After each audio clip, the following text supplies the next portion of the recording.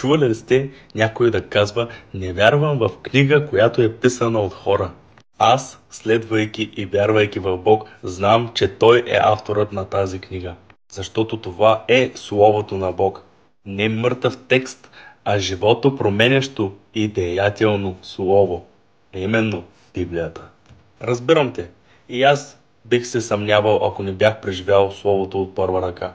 Но когато прочетеш с отворено сърце, Святия Дух ще ти покаже, че това не са просто човешки думи. Факти, които потвърждават това. Библията е съставена от 66 книги и написана от 40 до 44 автора. Царе, пророци, рибари, лекари, овчари, апостоли. Тя е писана в продължение над 1500 години на 3 различни езика – еврейски, арамейски и гръцки. Авторите са живеели в различни епохи и места, без дори да се познават и да са знаели за съществуването си. Но техните писания са в пълен синхрон, без противоречие в основното писание – Божият план за спасение чрез Исус Христос. Това не може да се обясни с човешка логика.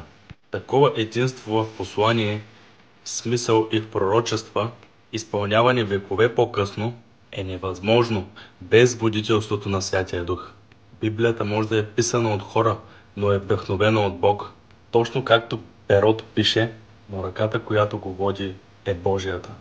2 Петрово, 1 глава, 21 стих. Защото никога по човешка воля не е изречено пророчество, но от Дух Свети просветяване са говорили светите Божии човеци. Бог използва хората, за да изрече своите думи, точно както използва Моисей, Давид и пророците и апостолите. Те бяха неговият инструмент, а не източникът. Надявам се това да даде повече яснота на хората, които все още не могат да прогледнат. Бъдете благословени и търсете истината с цялото си сърце. Амин.